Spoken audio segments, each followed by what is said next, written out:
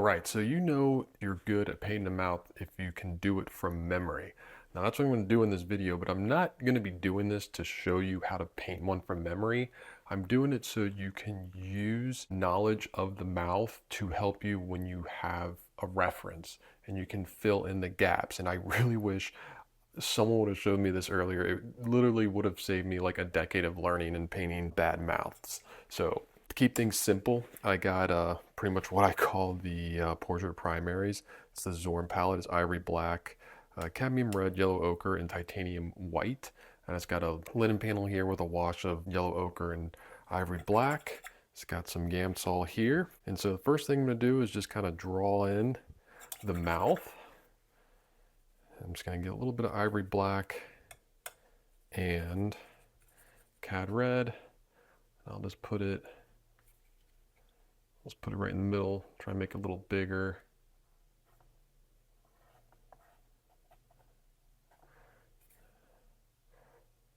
Now I already did something that I want to talk about, which is the bottom lip there. So we just gotta, let's make this top lip a little bit bigger.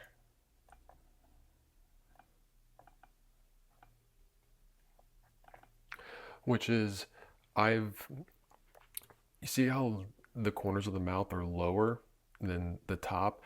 A lot of times people, a lot of beginners, they think a mouth is an opening just on a flat surface. You know, like they have a mouth, they just think it's on a flat surface, but it's not. You need to think of it as it's on a curved surface. So I'm just gonna crudely draw a cylinder here. And this is what the mouth is really on. So you gotta understand, like, the corners of the mouth are further back in space than, say, the top of the mouth. So that's the first thing to think about just when you're drawing it in. Another thing is, I've kind of already indicated it, is the top lip is darker than the bottom lip. I always say that the top lip is more like a wall, whereas the bottom lip is more like a shelf where it's coming out and it's catching more light. Now, of course, this all depends on, lighting. If you put a light right underneath somebody, it's going to behave a little bit differently. But just for the sake of this demonstration, just know that the light is going to be coming. I'm just going to choose for it to be coming from top left onto the mouth. So got this going right now. So the first thing I like to do is actually paint around the mouth. Now you can kind of break up the mouth, or called like the muzzle of the mouth, into three planes. So I'm just going to kind of draw them out here. Got this middle plane, then you got these two side planes. So if the light's coming from this top left, this side's going to be darker, and more of the shadows are going to be there. Same thing over here, it's probably going to be darker. So let's get that in and do that. So I'm just going to actually mix up a good shadow skin color.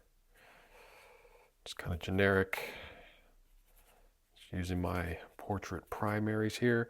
If you've never used the Zorn palette, highly recommend it if you're, especially if you're new to portrait painting, because it just kind of, I don't know, limits possibility of error, I feel like, because you only have so many options. And two of the colors, the yellow and the black, are already desaturated, so you don't have to worry about like your colors getting too desaturated on you. So I'm going to make this kind of a dramatic shadow. So just going to do this.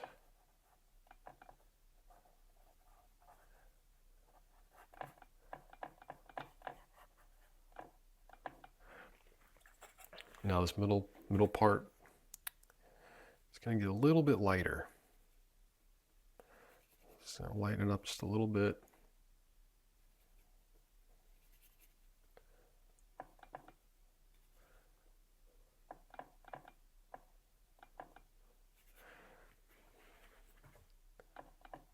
And then the brightest plane on the left. A lot of times I see students' paintings and like all three of these are like very similar. And it's like you have no form. You need to push the form around the mouth first. Another thing you can do is a lot of times you'll see a little light spot here because this plane is facing the light, like right in there.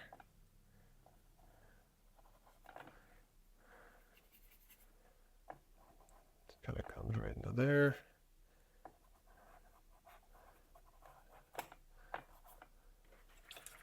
All right, now let's jump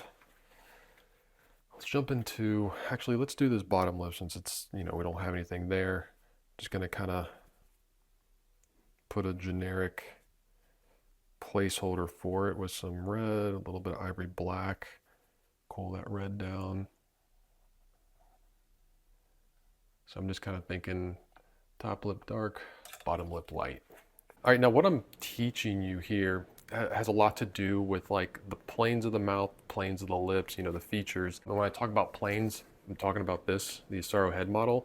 And I'm actually hosting a paint week in June where I'm painting a portrait of my wife that I put the photo into Photoshop and use the Isaro head plane model to make her face comprised of flat planes, and that's where we're gonna be painting Paint Week. It's gonna be a lot of fun. I did this last year and had over 3,000 people sign up for it, and a lot of people said it just completely shifted how they looked at portrait painting and really helped them go to that next level. It's completely free. It's a whole week. At the end, I'll actually take some student paintings and critique them in a video, and there's a private Facebook group where you can ask me questions, and in that final video, where I do the critiques, I'll also be answering all the questions that were submitted. It's a lot of fun. I don't host that many paint weeks in a year, so you definitely want to sign up, and the link to do that is in the description of this video. All right, so let's go over what we talked about, and if you haven't been like taking notes, now's like a good time to like take notes of these observations of the mouth that are going to be consistent every time. First one is just what we were talking about here.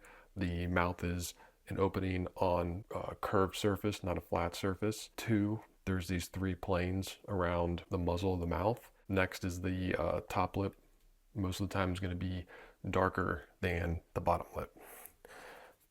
Now, just like these three planes going from left to right get darker, same thing is going to happen with the lips.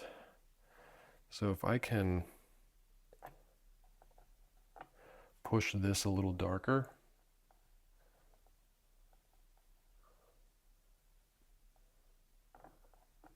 on that right side, that's going to help.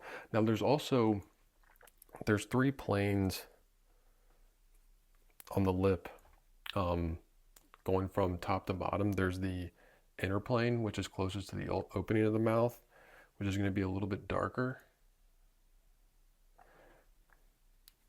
There's the middle, which is going to be the lightest, and then it gets a little bit darker down here as it curves back down towards the face. And a lot of times, just gonna, let's bring this here. Here's another thing to take note of is a lot of times with the lips, you're gonna want it just to kind of blend right in to the skin on the edges there. But back to what I was saying with the planes, the middle plane, a lot of times that's where you're going to get that highlight.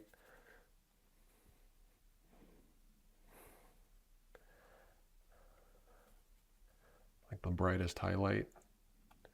Always kind of be like right there in the middle plane. It's going to be more in the, left side of the mouth than the right.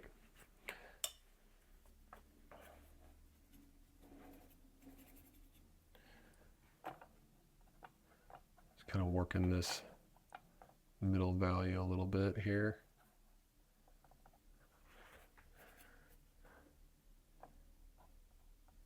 So take it down a little bit here.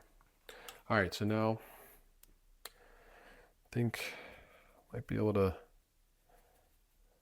darken this right side a little bit more.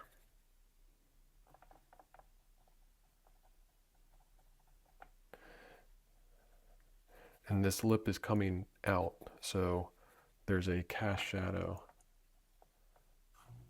underneath it there. But let's do the same with the top lip.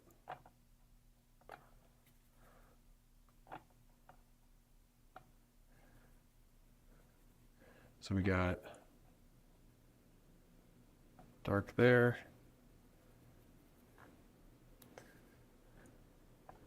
A little bit lighter as we move left.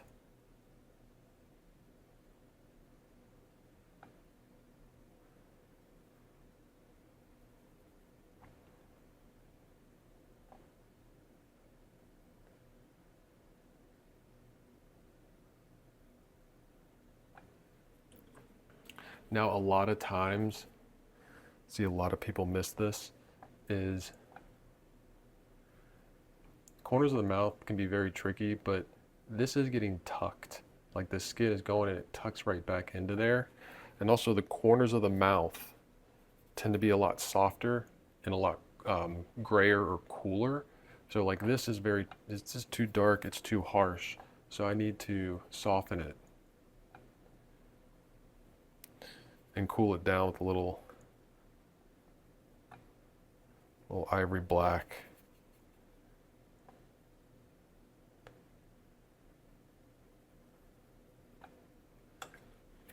If I need to, I can always come back with a little bit of dark just in the little deepest part. Another thing that happens a lot to always look for is right in the corner of the mouth on the bottom. Right here, there's always like a little light spot because that's facing upward.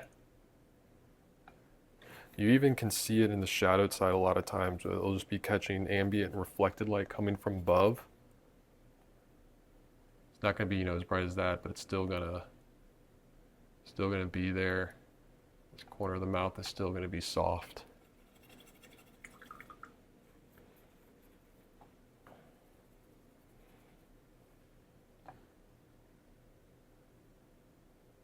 So even though I'm making this a little lighter, I got to make sure that I don't make it too light, that it's lighter than the bottom lip. I'm also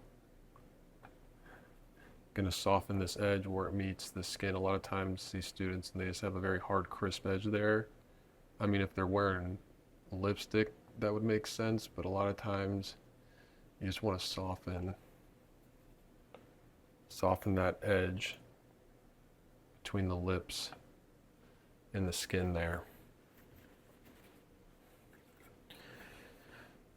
And then sometimes you need to kind of like reestablish the opening of the mouth, or just that where they touch and the light doesn't get to it as much.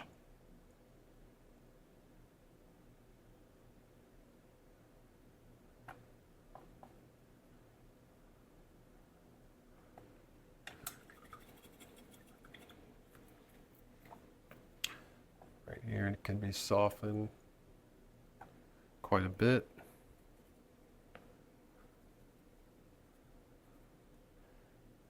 And sometimes there's a change in planes where it's like light, then it's dark, and then light again. It depends on the mouth.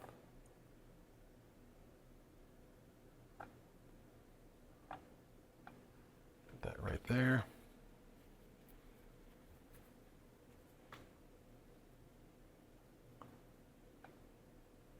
Just lightening that a bit. Just going to lighten up this left side a little bit.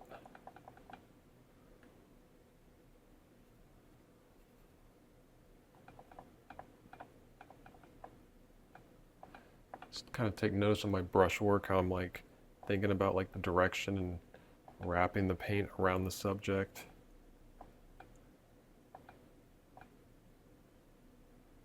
Seen any of my other videos, I talk about that a lot.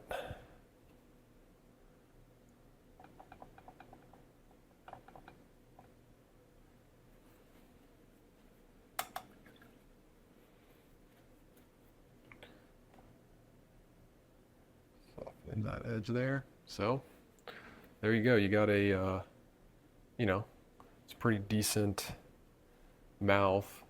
Wasn't looking at anything, just using what I know. And again, like, this isn't to teach you how to paint a mouth from memory just to do on itself. Like, I want you to take the knowledge and like the things that I taught you in this and use it the next time you're painting a mouth. Next time you're looking at your reference, look for these things, because a lot of times you won't know to look for it unless you know it, and you won't see it. Like, these things aren't like obvious. You know, I didn't know any of these things until somebody told me, but now that I know them, it's the first things that I look for. So hope this video helped. If it did, please hit the like button, subscribe to the channel. If you'd like to see what I'm painting on a daily basis, you can follow me on Instagram at Forza43. I'm Chris Fornatero, here telling you to go get painting.